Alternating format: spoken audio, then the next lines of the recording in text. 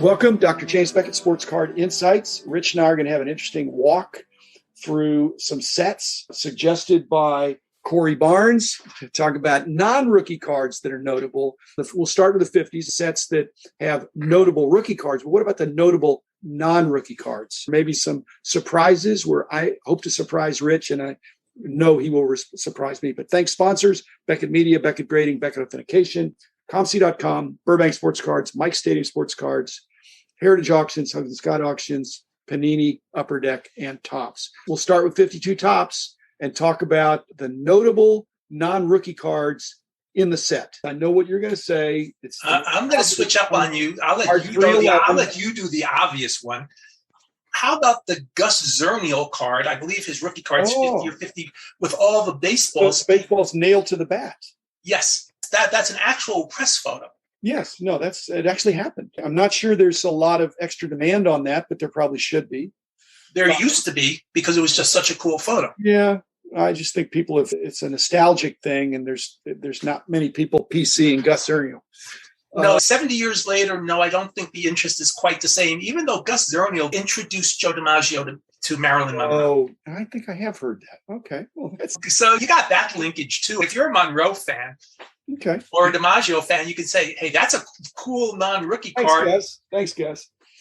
I was going to say notable non-rookie cards. The obvious ones in 52 Topps are the first three cards of the high series of Mantle and Jackie Robinson and Bobby Thompson.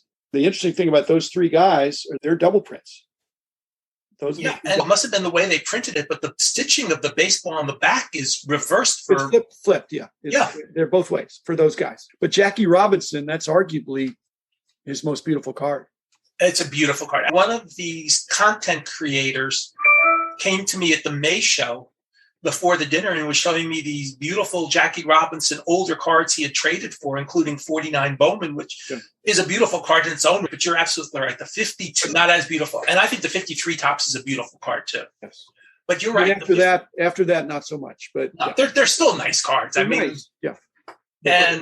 But yes, they're beautiful cards. The Mantle is a famed pose. And don't forget, Willie Mays, number 261, is also not a rookie card.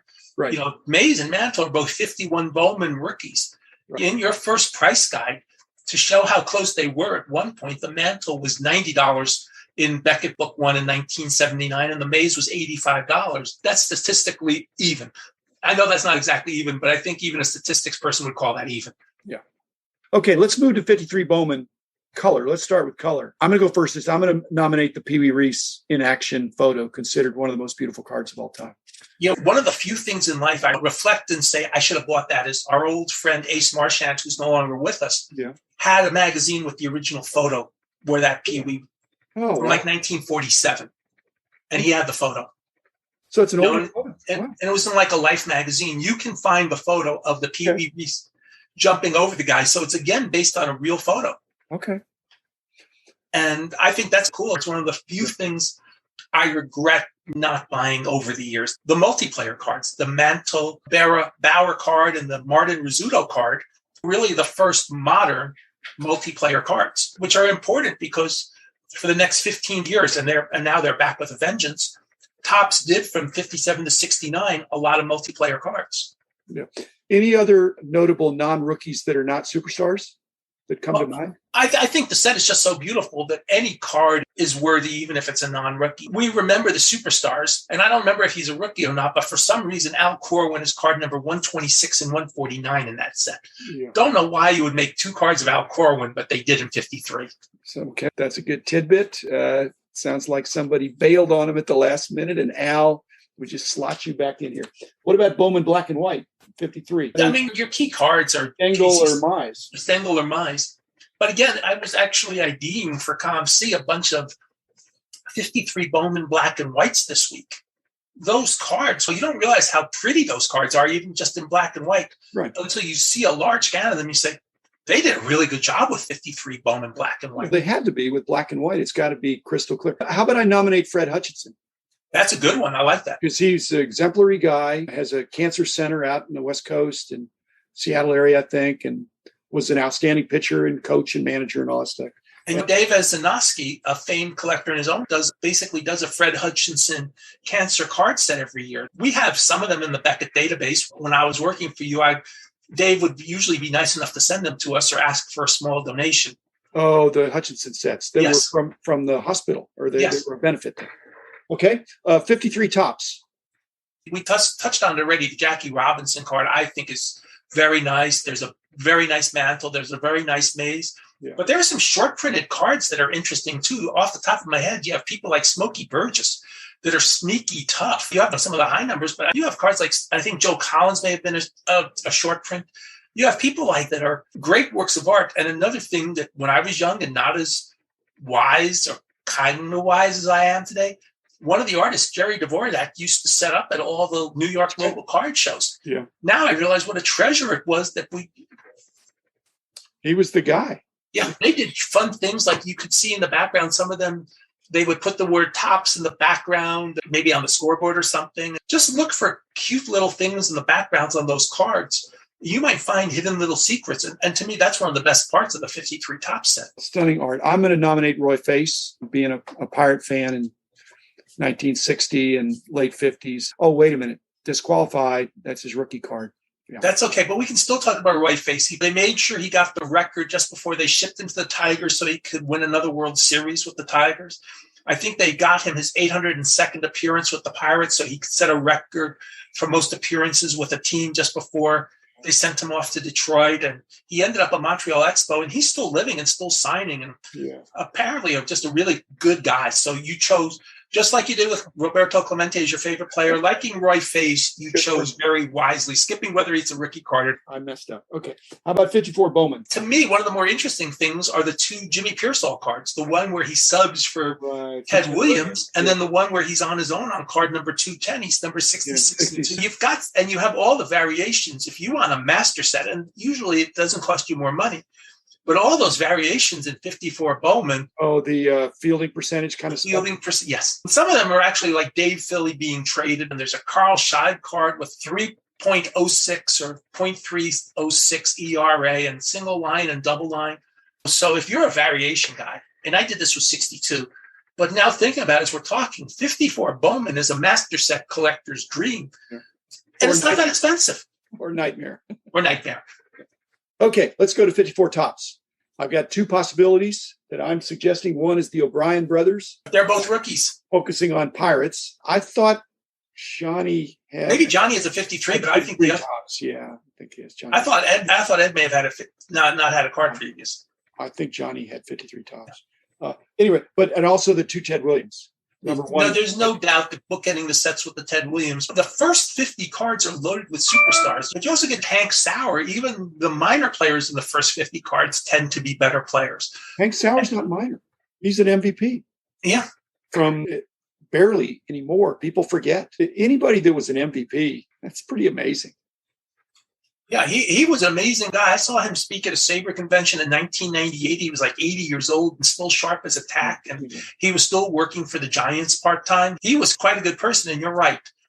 It's one of these things in card history that unless you're the big superstar, you recede to being almost a common, no matter how good it is. And I'm going to digress for a second. They just in Cleveland dedicated a statue to Rocky Colavito, who's still with us at 88 years old. All right. And he's in a wheelchair. Other than that, he's doing okay.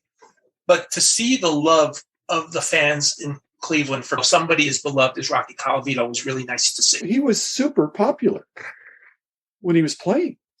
Super popular. I grew up a Yankee fan. I began 67, 68. Rocky ended with the Yankees. Yeah. One of the great highlights is Rocky pitched a couple games. He had that amazing throwing arm. Long arm, yeah. And he actually was a decent pitcher. You're almost thinking, maybe in today's world, they'd convert him to a pitcher and occasional DH or something. Shohei Colavito, yay! Or there are other guys, too, that have done that recently. But, yeah, Shohei's doing it on another level. We've not seen that before on, that level in our lifetimes. Okay, 55 Bowman. How about the Johnson mess-ups? The Johnson mess-ups and the bowling mess-ups are pretty interesting. Ernie Banks, the one key high number is a second year. Good point. So your toughest card to get. But there's all sorts of cool cards at 55 Bowman. Yeah, the umpires don't count because they arguably almost all are. They're all rookie cards. Rookies in the sense. Even though it's sad that a Hall of Fame umpire who should have been in that set passed away just before the 55 season, and Bill McGowan. If he had even lived another year, we'd have another Hall of Fame rookie card. I know we're not talking about rookies, but that's an interesting tidbit too, how an accident of timing prevented us from having a Bill McGowan card. The spirit of Corey's question, I think, is not for us to pick necessarily superstars or to pick second-year cards that are not rookies, but they're the second year, like the Manlin Mays. He may be getting at, do you like a pose of a photo? There are some photos I loved over the years. And it would have to be so noteworthy that people really go after it for that reason. The Wee Reese leaping, throwing. Well, okay, let's go to, that was 55 Bowman, 55 top. Again, it's a rookie, but the Harry Aganis, who passed away 2 months after the cards came out.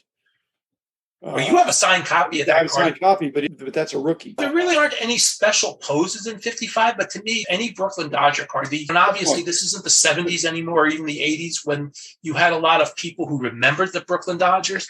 But that was a special year in Brooklyn. Absolutely. When Wee Reese died, 40 years after he left Brooklyn, they still had a memorial for him. The players in Brooklyn were part of the community. Yeah.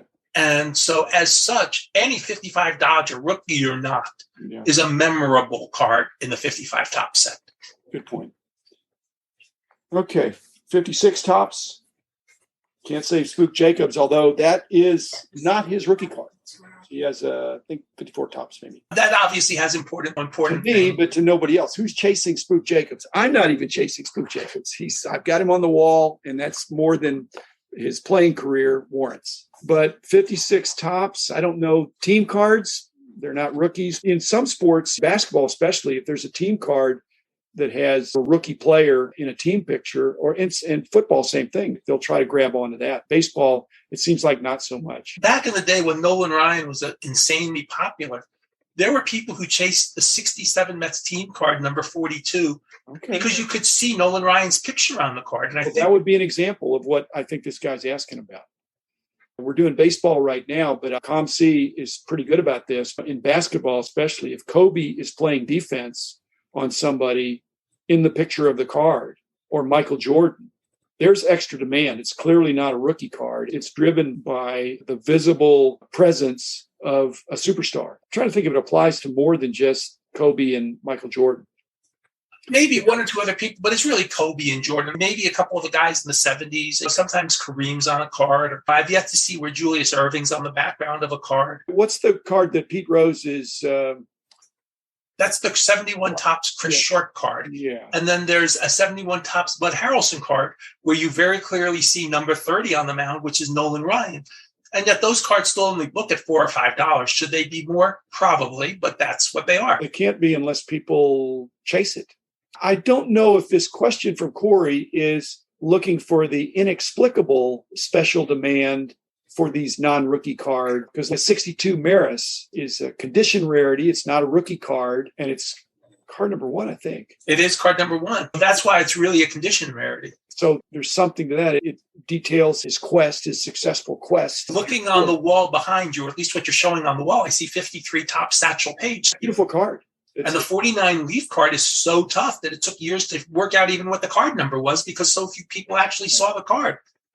49 Bowman is a tough card too. Yeah. So, talk about a guy that's iconic and has very few cards. But clearly the 53 is not a rookie card. He was getting pretty old by those days, but 48 years old or something. But that's a notable non-rookie.